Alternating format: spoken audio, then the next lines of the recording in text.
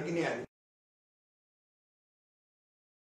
चूंकि आज मेरा नदी महोत्सव का कार्यक्रम है तो तुरंत चर्चा प्रारंभ करता हूं। प्राकृतिक खेती के प्रशिक्षण के इस कार्यक्रम में उपस्थित परम पूज्य केवल स्वरूप स्वामी जी महाराज जो गुजरात से पधारे हैं, पीवी खिस्तारिया जी उप संचालक है आत्मा के गांधीनगर से पधारे हैं, उनका भी मैं स्वागत करता हूं। स्वामी जी को प्रणाम करता हूं। मैं दोनों स्वामी जी को मेरा प्रणाम। गुरु प्रसाद शर्मा जी, रवि मालवी जी, रघुनाथ भाटी जी, सभी उपस्थित किसान भाइयों, आज प्राकृतिक खेती के लिए भैरूदा नसलागंज में भी प्रशिक्षण प्रारंभ हो रहा है। प्राकृतिक खेती केवल कर्मकांड नहीं है, धरती को बचाने का अभियान है, नदियों को बचाने का अभियान है, इंसान की जिंदगी को बचाने का भी अभियान है। ये धरती केवल मनुष्यों के लिए नहीं है, पशु पक्षी कीट पतंगे जीव जंतु उनके लिए भी है। रासायनिक खेती ने, केमिकल फर्टिलाइजर ने अनेकों जीव जंतु कीट मित्रों को भी समाप्त कर दिया है। धरती का स्वास्थ्य तेजी से बिगड़ रहा है। अब जितनी मात्रा में हम रासायनिक खाद डाल रहे हैं, कीटों को मारने के लिए अलग अलग दवाइयां डालते हैं, उससे केवल कीट नहीं मरते। वो कीटनाशक जब वो भोजन हम करते हैं उन फसलों से उत्पन्न हुआ तो मनुष्य के शरीर में जाके मनुष्य के शरीर को भी नुकसान पहुंचाता है, कैंसर जैसी घातक बीमारियों को जन्म देता है, मानव स्वास्थ्य को गंभीर खतरा है। और केमिकल फर्टिलाइजर के उपयोग के कारण धरती से मित्र कीट समाप्त हो गए, केंचुआ अब दिखाई नहीं देते, धरती का स्वास्थ्य बिगड़ रहा है। और यही हालत है तो पंजाब में जाके आप पूछें, खेती की धरती की उर्वरा शक्ति समाप्त हो रही है। मैं प्रधानमंत्री जी को विशेष रूप से धन्यवाद दूंगा, उन्होंने धरती बचाने का अभियान चलाया है। मिट्टी बचाओ, धरती बचाओ। अरे इस धरती को आने वाली पीढ़ियों के रहने के लायक रहने देना कि नहीं रहने देना। ये धरती केवल अपनी बपौती है, हमारे आने वाले बच्चे, उनकी बाकी पीढ़ियां, क्या उनको स्वस्थ और होकर रहने का और जिंदा रहने का अधिकार नहीं है? उसलिए आज सही समय है कि हम धीरे धीरे रासायनिक खेती कम करके प्राकृतिक खेती पर आए। आज स्वामी जी और पूरी टीम आई है जो किसानों को प्राकृतिक खेती का प्रशिक्षण देगी। अद्भुत है प्राकृतिक खेती। पिछले दिनों गुजरात के माननीय गवर्नर साहब आए थे, आचार्य देवव्रत जी, उन्होंने प्राकृतिक खेती पर विस्तार से प्रकाश डाला था। और मुझे बता दो, खुशी है कि प्राकृतिक खेती से उत्पादन भी नहीं घटता। प्राकृतिक खेती के कारण जो फसल, गेहूं हो, धान हो, बाकी अनाज हो, फल हो, सब्जियां हो, वो पूरी तरह से दोष रहित होती है, पौष्टिक तत्वों से भरपूर रहती है, स्वाद भी उनका अद्भुत और अलग होता है,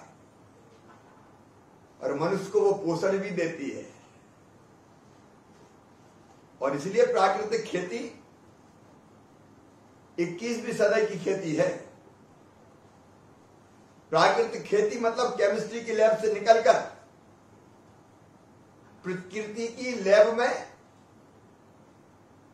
ले जाने वाली खेती।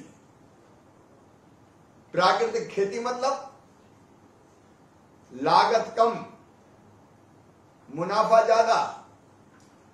अभी हम रासायनिक खाद डालते हैं तो कई बार उत्पादन खूब दिखता है, लेकिन जब किसान कर्जा चुकाता है तो पता चला पूरा खलिहान साफ हो जाता है। अधिकांश पैसा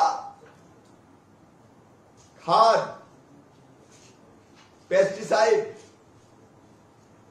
वो जो हम खरीदते हैं, हमारा उसी में खर्चा हो जाता है। इसलिए प्राकृतिक खेती में लागत कम होगी, उत्पादन बेहतर होगा, लागत कम होगी तो मुनाफा ज्यादा होगा। प्राकृतिक खेती मतलब जीरो बजट की खेती।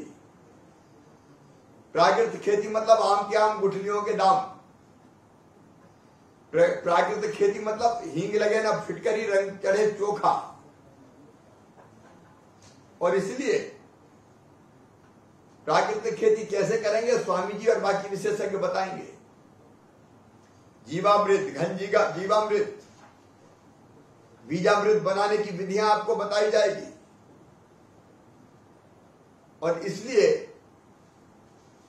मैं अपील करता हूं, किसान प्राकृतिक खेती की तरफ बढ़े। और मैं यह भाषण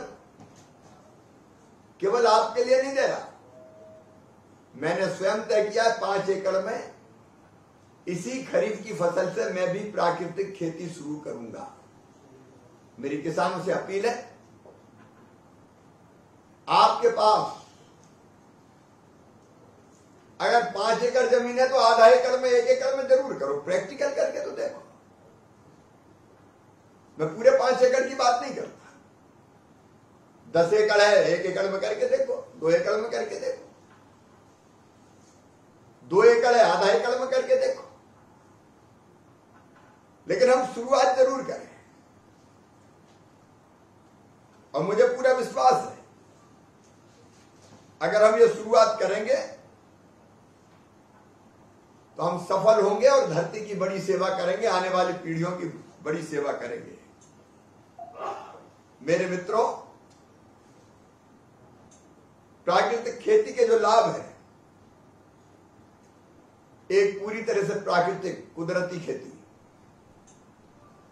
दूसरा ये भूमि की उपजाऊ क्षमता बढ़ाने वाली खेती है, तीसरे किसी भी तरह के रासायनिक खाद और कीटनाशक खरीदने में पैसा खर्च करने की जरूरत नहीं है, चौथा इसमें पानी बहुत कम लगता है।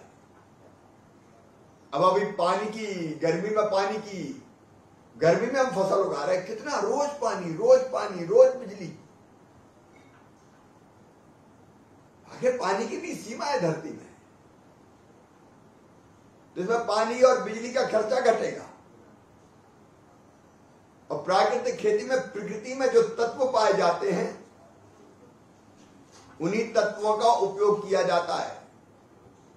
बाहर से किसी भी प्रकार की खाद या अन्य सामग्री की जरूरत नहीं पड़ती। सामान्य खेती में बार बार सिंचाई करनी पड़ती है।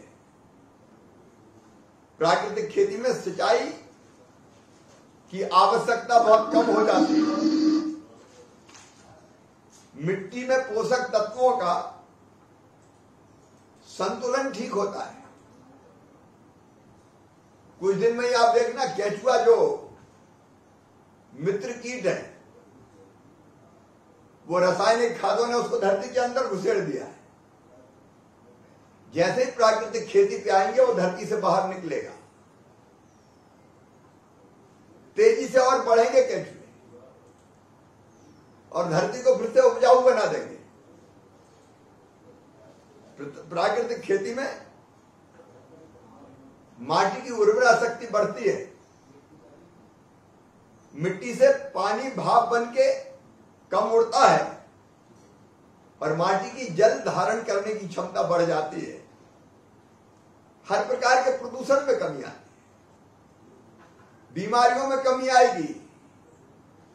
अभी तो अपन अपने क्षेत्र से देखें कितने बीमार होते हैं, स्वेच्छानुदान के लिए यहां आते हैं, कई तरह के रोग हो रहे हैं, वो रोग कम हो जाएंगे। और एक बात और, प्राकृतिक खेती में जो अन्न या फल सब्जी हम पैदा करेंगे उसके दाम बहुत अच्छे हमको मिलेंगे।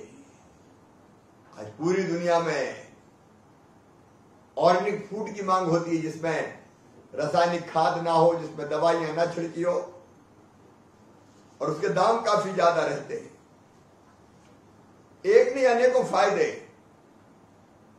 और इसलिए आज मैं आप सबसे अपील करता हूं, केवल भैरुदा नसलागंज में जो इकट्ठा होने से नहीं, 17 जिलों में प्रशिक्षण शिविर शुरू हुए हैं। आज हम हर जिले में ये प्राकृतिक खेती के लिए प्रशिक्षण शिविर लगाएंगे और वहां प्राकृतिक खेती का प्रशिक्षण दिया जाएगा। प्राकृतिक खेती में गाय का गोबर चाहिए, गोमूत्र चाहिए, वो वैसे भी हमारे पास है। गुड़ और बाकी जो सामग्री चाहिए उसकी जानकारी आपको अभी दी जाएगी। लेकिन हमने तय किया जो किसान प्राकृतिक खेती करेगा और उसके पास गाय नहीं है, तो हम गाय वो किसान खरीदेगा तो गाय की व्यवस्था के लिए आहार इत्यादि की हम 900 रुपया प्रति माह किसान को देंगे, ताकि गाय किसान पर बोझ ना बने। वैसे भी गौ माता बोझ नहीं है, गौमूत्र अमृत है, लेकिन कैसे वो हमारे उत्पादन को बढ़ाएगा ये भी आप देखेंगे। मैं सभी किसान भाई और बहनों से मध्य प्रदेश में अपील करता हूं, आइए प्राकृतिक खेती को अपनाइए, धरती को बचाइए, नदियों को भी प्रदूषित होने से बचाइए और इंसान की जिंदगी को भी सुरक्षित कीजिए। आने वाली पीढ़ियों के लिए धरती सुरक्षित रहने दीजिए। आओ वो धरती मां जिसमें हमने जन्म लिया है,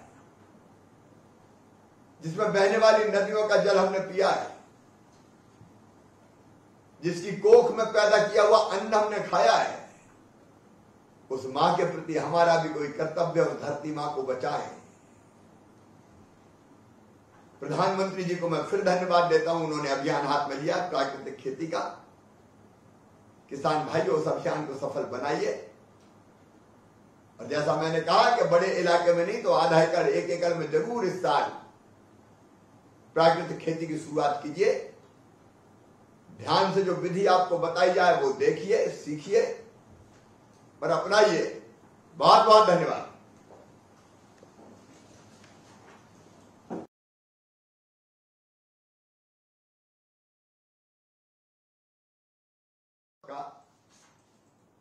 इसलिए मैं उस कार्यक्रम के लिए यहां से प्रस्थान कर रहा हूं। एक बार फिर गुजरात से पधारे हुए अतिथियों का बहुत बहुत स्वागत।